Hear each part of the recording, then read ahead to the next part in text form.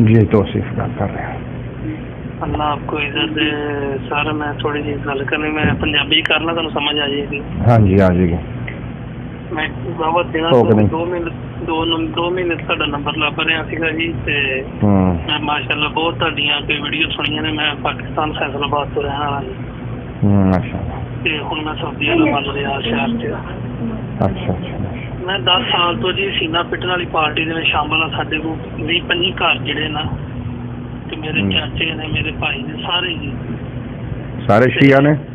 ਸਾਰੇ ਸ਼ੀਆ ਨੇ। ਬਸ ਜੀ ਉਹ ਯਾਰੀ ਦੋਸਤੀ ਦੇ ਚੱਕਰ 'ਚ ਉਹਨਾਂ ਦੇ ਨਾਲ ਨਾ ਕੰਮ ਘੋੜਾ ਫੜ ਦੇ, ਇਹ ਫੜ ਤੇ ਚਾਦਰਾਂ ਚੁੱਕ ਤੇ ਸਾਰਾ ਕੁਛ ਕਰ। ਉਹ ਸਾਰੇ ਮੇਰੀ ਵਜ੍ਹਾ ਤੋਂ। ਮੈਂ ਖੁਦ ਪਹਿਲੇ ਨੰਬਰ ਤੇ ਮੈਂ ਆਵਾਂ। ਮੇਰੇ ਚਾਚੇ ਦੇ ਪੁੱਤ ਨੇ, ਮੇਰੇ ਭਾਈ ਨੇ 4 ਤੇ ਸਾਰਾ ਇਹਨਾਂ ਕਬੀਲਾ ਜਿਹੜਾ ਮੈਂ ਲਾਤਾ ਸਾਰੇ ਕਿਸ ਕੰਮ ਤੇ। ਮਿਹਰਬਾਨੀ ਜੀ ਅਗਰ ਮੇਰੀ ਥੋੜੀ ਜਿਹੀ ਗੱਲ ਸੁਣ ਲਓ ਤੇ। ਜੀ ਜ਼ਰੂਰ ਸੁਣਾਂਗਾ ਮੇਰੇ ਵੀਰ। ਬਹੁਤ ਤੇ ਮੈਂ 2-3 ਮਹੀਨੇ ਤੋਂ ਤੁਹਾਡੀ ਜੀ ਨਾ ਵੀਡੀਓ ਸੁਣ ਰਿਹਾ। ਤੁਹਾਡੀ ਪਹਿਲੇ ਵੀਡੀਓ ਸੁਣਦਾ ਤੇ ਮੈਂ ਕੱਟ ਕਰ ਦੇਣਾ ਸੀ ਵੀ ਇਹ ਨਹੀਂ, ਇਹਨੇ ਤੇ ਗਾਲਾਂ ਹੀ ਕੱਢਣੀਆਂ ਨੇ ਸਾਨੂੰ।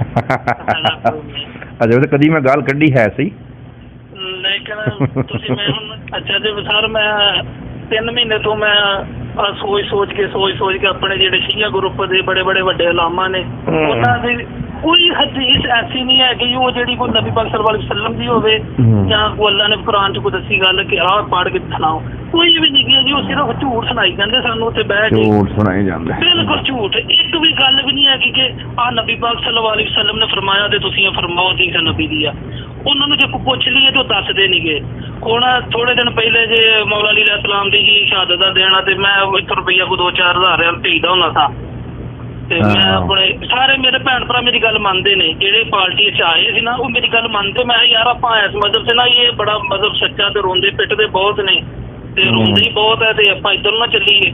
ਉਹਨੇ ਵੇਖ ਲਓ ਜੀ ਤੁਹਾਡੇ ਮਗਰ ਹੀ ਆ ਤੇ ਉਹ 8-9 ਸਾਲ ਤੋਂ ਅਸੀਂ ਸਕੀਨਾ ਪਿੱਟ ਰਹੇ ਹਾਂ ਜੀ। ਬਹੁਤ ਕੁਛ ਕਰ ਰਹੇ ਹਾਂ ਤੇ ਆਹ 3 ਮਹੀਨੇ ਤੋਂ ਮੈਂ ਪਾਬੰਦੀ ਲਾਤੀ ਕਿ ਜਿਹੜਾ ਇਸ ਪਾਰਟੀ 'ਚ ਗਿਆ, ਜਿਹੜਾ ਇੱਧਰ ਗਿਆ, ਉਹ ਆਂਦੇ ਵਜ੍ਹਾ ਕੀ ਬਣੀ ਆ ਸਾਡਾ ਇੰਨਾ ਤਲਕ ਆ ਇਹ ਆ ਉਹ।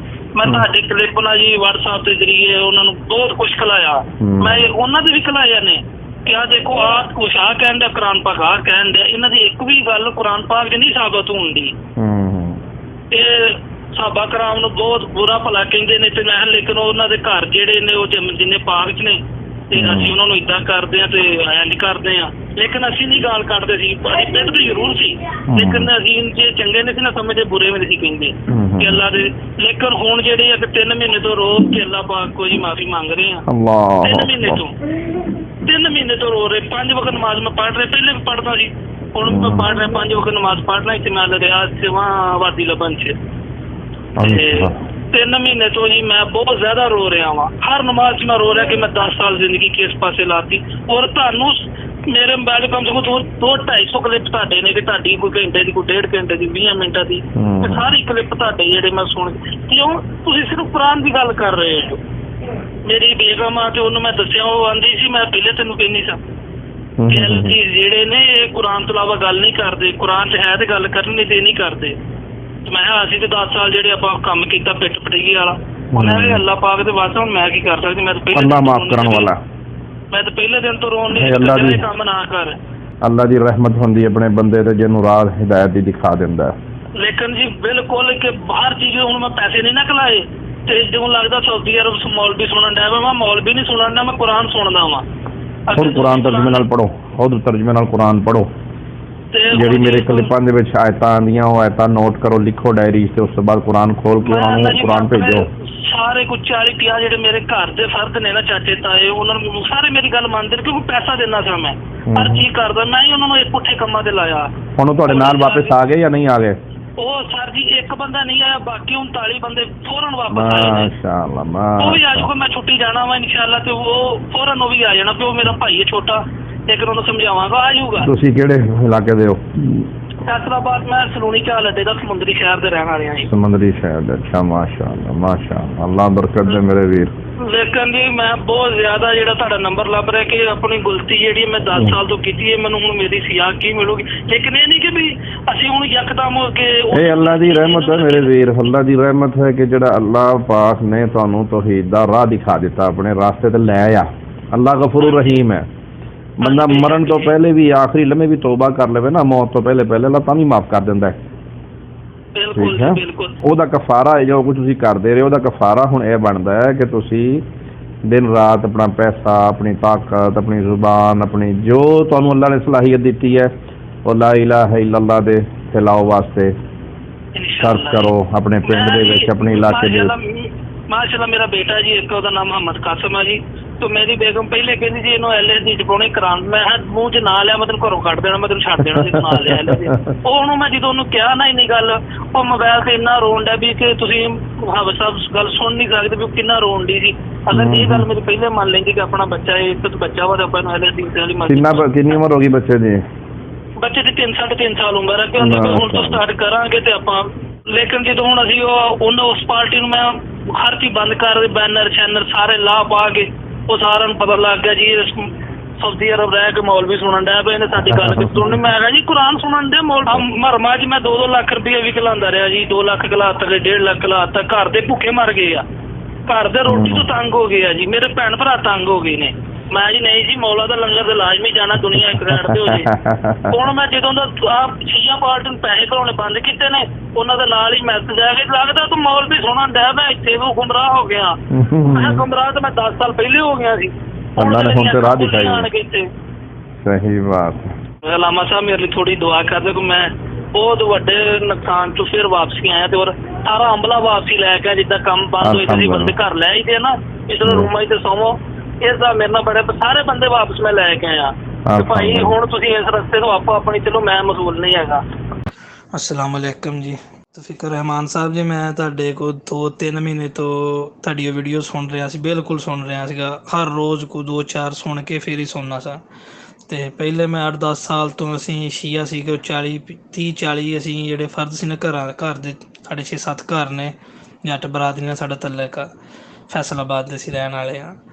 10 ਸਾਲ ਤੋਂ ਅਸੀਂ ਜੀ ਉਹ ਸੀਨਾ ਪਿੱਟ ਵੀ ਰਹੇ ਹਾਂ, ਸੀਨੇ ਛੁਰੀਆਂ, ਨੰਗੇ ਪੈਰੀ, ਵਾਲ ਖੁੱਲੇ, ਬੁਰੇ ਹਾਲ। ਅਤੇ ਮਾਰਾ ਮਹਾਜਨ ਨੇ ਜੀ ਲੱਖ 1.5 ਲੱਖ ਰੁਪਈਆ ਜੀ ਨਿਆਜ਼ ਦੇ ਦਿਓ, ਘੋੜੇ ਦੇ ਚਣੇ ਲਹਿਦਾ ਘਲਾਉਣੇ, ਘੋੜੇ ਦੇ ਕੱਪੜੇ ਲਹਿਦਾ ਘਲਾਉਣੇ। ਅਸੀਂ ਬਹੁਤ ਕੁਝ ਕਿ ਅਸੀਂ ਪੂਰਾ ਜਿਹੜਾ ਕੋਈ 40 ਬੰਦੇ ਅਸੀਂ ਜਿਹੜੇ ਇਹਨਾਂ ਕੇ ਸੀਨਾ ਪਿੱਟਣ ਵਾਲੇ ਸੀਗੇ। ਅਤੇ ਜਦੋਂ ਦੇ ਤੁਹਾਡੇ 2-3 ਮਹੀਨੇ ਤੋਂ ਅਸੀਂ ਵੀਡੀਓ ਦੇਖ ਰਿਹਾ, ਮੈਂ ਸਾਊਦੀ ਅਰਬ ਅਲ ਰਿਆਜ਼ ਸ਼ਹਿਰ 'ਚ ਰਹਿਣ ਡਿਆ ਵਾਂ, ਅਤੇ ਜਦੋਂ ਤੁਹਾਡੀ ਮੈਂ ਵੀਡੀਓ ਦੇਖਦਾ ਤਾਂ ਮੈਂ ਉਵੇਂ ਵੇਖ ਕੇ ਉਹਨੂੰ ਡਾਊਨਲੋਡ ਕਰਕੇ ਅਤੇ ਆਪਣੇ ਘਰ ਫੈਮਿਲੀ ਸਾਰੀ ਨੂੰ ਘਲਾਉਣਾ ਸੀ ਵੀ ਇਹ ਦੇਖੋ ਕਿ ਜਿਹੜੇ ਸ਼ੀਆ ਵਾ ਸਾਰੇ ਕੂੜ ਕਬਾੜ ਇਕੱਠਾ ਕਰਕੇ ਅਤੇ ਸਾਨੂੰ ਸੁਣਾ ਰਹੇ ਨੇ, ਅਤੇ ਅਹਿਲਹਦੀਸ ਕੁਰਾਨ 'ਚ ਇਹ ਫਰਮਾਉਣ ਡੇ ਅਤੇ ਇਹ ਫਰਮਾਉਣ ਡੇ ਨੇ ਕਿ ਇਹਨਾਂ ਦੀ ਗੱਲ ਜਿਹੜੀ ਆ ਨਾ ਕੁਰਾਨ 'ਚ ਸ਼ੀਆ ਦੀ ਨਾ ਹਦੀਸ 'ਚ ਆ, ਅਤੇ ਇਹਦਾ ਹੀ ਤਰਜਮਾ ਅਹਿਲਹਦੀਸ ਕਰਕੇ ਸਾਨੂੰ ਸਹੀ ਕੁਰਾਨ 'ਚੋਂ ਦੱਸਦੇ ਨੇ। ਅਤੇ ਅਹਿਲਹਦੀਸ ਆਹ ਵਾ ਮਜ਼ਹਬ ਸੱਚ ਦਾ ਔਰ ਹੱਕ ਦਾ। ਅਤੇ ਸ਼ੀਆ ਜਿਹੜੇ ਬਿਲਕੁਲ ਜਿਹੜੇ ਆ ਕਿ ਗੁੰਮਰਾਹ ਕਰ ਰਹੇ, ਝੂਠੀਆਂ ਗੱਲਾਂ 'ਚ ਸਾਡੇ ਪਾਕਿਸਤਾਨ 'ਚ ਜ਼ਿਆਦਾ ਕਮ ਇਲਮ ਆ। ਸਾਰੇ ਅਸੀਂ ਜਿੰਨੇ 40 ਅਸੀਂ ਕੋਈ 5 ਪੜ੍ਹੇ, ਕੋਈ 4 ਪੜ੍ਹੇ, ਬਸ ਨਾ ਅਸੀਂ ਕੋਈ ਗੱਲ ਪੜ੍ਹਦੇ ਨਾ ਗੱਲ ਪੁੱਛਦੇ ਸੀ ਉਹਨਾਂ ਨੂੰ। ਜਿਹੜੀ ਪੁੱਛਣੀ ਉਹਨਾਂ ਕਹਿੰਦਾ ਬਾਅਦ 'ਚ ਦੱਸਾਂਗੇ, ਮਜਲਿਸ 'ਚ ਨਹੀਂ ਪੁੱਛੀ ਦੀ ਇਹੋ ਜਿਹੀ ਗੱਲ। ਅਤੇ ਬਹੁਤ ਸਾਡੇ ਨਾਲ ਜ਼ਿਆਦਤੀ ਕੀਤੀ। 10 ਸਾਲ ਤੋਂ ਅਸੀਂ ਸਮਝ ਲਓ ਕਿ ਹਿੰਦੂਆਂ ਵਾਲਾ ਹਿਸਾਬ ਸੀ ਕਿ ਘੋੜੇ ਦੀ ਪੂਜਾ ਕਰ ਰਹੇ ਹਾਂ, ਵਾਸਾਂ ਦੀ ਪੂਜਾ ਕਰ ਰਹੇ, ਕੱਪੜਿਆਂ ਨੂੰ ਚੁੰਮ ਰਹੇ ਹਾਂ ਜੀ। ਇਹ ਜੀ ਕੱਪੜੇ ਕਰਬਲਾ 'ਚੋਂ ਆਉਂਦੇ ਅਤੇ ਇਹਨਾਂ ਨੂੰ ਚੁੰਮੋ, ਮਿੱਟੀ ਚੁੰਮੋ। ਅਤੇ ਅਸੀਂ 10 ਸਾਲ ਤੋਂ ਜਿਹੜੇ ਕਿ ਅਸੀਂ ਬੁੱਤ ਪ੍ਰਸਤੀ ਕਰ ਰਹੇ ਸੀਗੇ। 3 ਮਹੀਨੇ ਤੋਂ ਮੈਂ 3 ਮਹੀਨੇ ਤੱਕ ਤੁਹਾਡੇ ਕਲਿੱਪ ਸੁਣੇ, ਜਿਵੇਂ ਮੈਂ ਕਲਿੱਪ ਸੁਣਦਾ ਸੀ ਤੁਹਾਡਾ, ਜੇ ਵੀਡੀਓ ਸੁਣਦਾ ਸੀ ਮੈਂ ਉਵੇਂ ਘਰ ਭੇਜਦਾ ਸੀ। ਘਰ ਵਾਲੇ ਮੈਨੂੰ ਗੱਲ ਪੈਂਦੇ ਕਿ ਤੂੰ ਹੀ ਸਾਡਾ ਬੇੜਾ ਗਰਕ ਕੀਤਾ, ਸਾਰਿਆਂ ਤੂੰ ਇਸ ਲੈਣ ਸ਼ੀਆ ਪਾਰਟੀ ਲਿਆਂਦਾ, ਸੀਨਾ ਪਿੱਟੀਏ। ਤਾਂ ਫ਼ਿਕਰ ਰਹਿਮਾਨ ਸਾਹਿਬ ਨੂੰ ਸੁਣਿਆ ਵਾ, ਅਹਿਲਹਦੀਸ ਨੂੰ ਸੁਣਿਆ ਵਾ, ਸਮਝ ਲੱਗੀ ਦੀਨ ਕਿਹਨੂੰ ਕਹਿੰਦੇ ਨੇ। ਸਾਰਿਆਂ ਦਾ ਮੇਰਾ ਇਹੋ ਹੀ ਕਹਿਣ ਸੀ ਕਰਕੇ ਇਹਨੂੰ ਸੁਣੋ। ਘਰ ਮੈਂ ਨੈੱਟ ਵੀ ਲਵਾ ਕੇ ਦਿੱਤਾ ਕਿ ਇਹਨੂੰ ਸੁਣੋ, ਸ਼ੀਆ ਨੂੰ ਵੀ ਸੁਣੋ, ਕਿਹੜਾ ਸੱਚਾ ਵਾ, ਕਿਹੜਾ ਹੀ ਕੁਰਾਨ ਦੀ ਗੱਲ ਕਰਦਾ। ਸ਼ੀਆ ਇੱਕ ਵੀ ਕੁਰਾਨ ਦੀ ਗੱਲ ਨਹੀਂ ਕਰਦਾ ਵੀ ਇੱਕ ਵੀ ਕੁਰਾਨ ਦੀ ਤਲਾਵਤ ਕਰਕੇ ਦੱਸੇ ਵੀ ਮੈਂ ਸੂਰਤ ਆਹ ਕੁਰਾਨ ਦੀ ਪੜ੍ਹੀ ਹੈ, ਨਹੀਂ। ਬਸ ਇਹ ਉਲਟ ਪੁਲਟ ਮਾਰ ਕੇ ਆਵਾਮ ਨੂੰ ਗੁੰਮਰਾਹ ਕਰਕੇ ਤੇ ਆਉ ਜਾਂਦੇ ਜੀ ਸੀਨਾ ਪਿੱਟੋ। ਮੌਲਵੀ ਸਾਹਿਬ ਹੁਣੀ ਘਰ ਚਲ ਜਾਂਦੇ ਆ, ਸਾਡੇ 2-2 ਘੰਟੇ ਸਾਡੇ ਸੀਨਾ ਪਿੱਟੋ ਜੀ, ਤੇ ਸੀਨਾ ਪਿੱਟੋ। ਮਾਮ ਹਸਨ ਅਲੈਹਿਸਲਾਮ, ਮਾਮ ਹੁਸੈਨ ਅਲੈਹਿਸਲਾਮ ਕਹਿ ਕੇ ਸੀਨਾ ਪਿੱਟੋ। ਅਸੀਂ ਗਰੀਬਾਂ ਮਰ ਜਾਣਾ ਜੀ, ਪੜ੍ਹੇ ਲਿਖੇ ਐ ਨਹੀਂ, ਅਸੀਂ ਸੀਨਾ ਪਿੱਟੀ ਜਾਣਾ। ਹੁਣ ਆਣ ਕੇ ਜਦੋਂ 2020 'ਚ ਅੱਖਾਂ ਖੁੱਲੀਆਂ ਨੇ ਆਣ ਕੇ ਸਾਡੀਆਂ ਕਿ ਇਹ ਗਲਤ ਆ, ਸਾਰਾ ਹੀ ਮਜ਼ਹਬ ਝੂਠਾ ਸ਼ੀਆ ਜੀ। ਇੱਕ ਵੀ ਗੱਲ ਇਹਨਾਂ ਦੀ ਸੱਚੀ ਨਹੀਂ ਹੈਗੀ। ਸਾਰਾ ਕੂੜ ਕਬਾੜ ਇਕੱਠਾ ਕਰਕੇ ਅਤੇ ਸਾਡੀ ਆਵਾਮ ਅਨਪੜ੍ਹੀ ਨੂੰ ਗੁੰਮਰਾਹ ਕੀਤਾ ਇਹਨਾਂ ਨੇ। ਤੇ ਅੱਲਾ ਇਹਨਾਂ ਦਾ ਬੇੜਾ ਗਰਕ ਕਰੇ। ਖਾਸ ਕਰਕੇ ਸ਼ੀਆਂ ਦਾ ਜ਼ੁਲਮ ਕਰ ਰਹੇ ਨੇ। ਤੇ ਤੌਫੀਕੁਰ ਰਹਿਮਾਨ ਸਾਹਿਬ ਨੂੰ ਅੱਲਾ ਪਾਕ ਇੱਜ਼ਤ ਅਜਲ ਦੇਵੇ ਦੁਨੀਆ ਤੇ ਵੀ ਤੇ ਆਖਰਤ 'ਚ ਵੀ, ਕਿ ਜਿੰਨੇ ਮੇਰੇ ਹਿਸਾਬ ਨਾਲ ਤੇ ਕਰੋੜਾਂ ਦੁਨੀਆ ਜਿਹੜੀ ਆ ਕਿ ਜਿਨ੍ਹਾਂ ਦਾ ਰਾਬਤਾ ਤੌਫੀਕੁਰ ਰਹਿਮਾਨ ਸਾਹਿਬ ਨਾਲ ਨਹੀਂ ਹੁੰਦਾ, ਕਿ ਉਹ ਨਹੀਂ ਕਰ ਸਕਦੇ, ਉਹ ਇਹਨੂੰ ਸੁਣ ਕੇ ਬਹੁਤ ਜ਼ਿਆਦਾ ਕਿ ਦੁਨੀਆ ਇਸ ਪਾਰਟੀ ਤੋਂ ਪਿੱਛੇ ਹਟ ਗਈ ਆ। ਤੇ ਮੇਰੇ ਵੀ ਕੋਈ 30-40 ਫਰਦ ਜਿਹੜੇ ਘਰ ਦੇ ਨੇ, ਉਹ ਸਾਰੇ ਜਿਹੜੇ ਆ ਕਿ ਅੱਲਾ ਪਾਕ ਦੇ ਸਦਕੇ ਨਾਲ ਤੇ ਤੌਫੀਕੁਰ ਰਹਿਮਾਨ ਨੂੰ ਸੁਣਿਆ ਅਸੀਂ ਮੁਸਲਮਾਨ ਹੁਣ ਹੋਏ ਹਾਂ। ਤੇ ਅੱਲਾ ਪਾਕ ਸਾਡੀ ਖੈਰ ਕਰੇ। ਔਰ ਤੌਫੀਕੁਰ ਰਹਿਮਾਨ ਸਾਹਿਬ ਨੂੰ ਮੇਰੀ ਇਹੋ ਹੀ ਦੁਆ ਵਾ ਕਿ ਅੱਲਾ ਪਾਕ ਸਾਡੇ ਲਈ ਕੋਈ ਦੁਆ ਕਰੇ, ਅੱਲਾ ਪਾਕ ਸਾਨੂੰ ਮਾफ़ ਕਰ ਦੇ। ਜਿਹੜਾ 10 ਸਾਲ ਅਸੀਂ ਸ਼ਿਰਕ ਕੀਤਾ ਵਾ, ਸ਼ਿਰਕ ਨਹੀਂ ਕੀਤਾ, ਬੁੱਤ ਪਰਸਤੀ ਕੀਤੀ ਆ। ਹਿੰਦੂਆਂ ਤਰ੍ਹਾਂ ਜਾ ਕੇ ਸਜਦੇ ਕੀਤੇ ਦਰਬਾਰਾਂ ਦੇ, ਜੀ ਬਾਬੇ ਐਸ ਦਾ ਦਰਬਾਰ ਤੇ ਬਾਬੇ ਇਸ ਦਾ ਦਰਬਾਰ ਆ। ਤੇ ਹੱਕ ਜਿਹੜਾ ਵਾ ਉਹ ਅਹਿਲੇ ਹਦੀਸ ਬਿਆਨ ਕਰਦੇ ਆ, ਬਾਕੀ ਦੁਨੀਆ ਸਾਰੀ ਝੂਠੀ ਆ, ਆਲ ਟੂ ਜ਼ੈਡ ਝੂਠੀ ਆ। ਕੁਰਾਨ ਔਰ ਹਦੀਸ ਅਗਰ ਕਿਸੇ ਨੇ ਸੁਣਨਾ ਇਲਮ ਲੈਣਾ ਵਾ ਤਾਂ ਅਹਿਲੇ ਹਦੀਸ ਆ ਜੀ।